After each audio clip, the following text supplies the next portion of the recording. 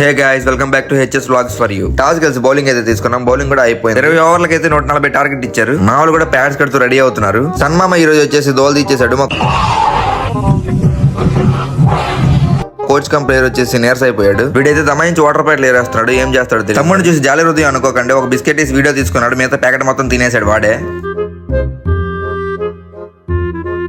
మా coach come player వచ్చేసి నీరస్ అయిపోయాడు కదా, ఇప్పటికి 1/2 డజన్ బిస్కెట్ ప్యాకెట్లు తిన్నాడు. వీడిని చూసి ఇంత ఇంట్రెస్టింగ్ గా ఏం చేస్తున్నారు అనుకుంటున్నారా? స్కోర్ కార్డ్ వేస్తున్నాడు. ఇదే ఇంట్రెస్ట్ చదువుకుంటుంటే ఇప్పటికి ప్రయోజకుడు అయ్యింది.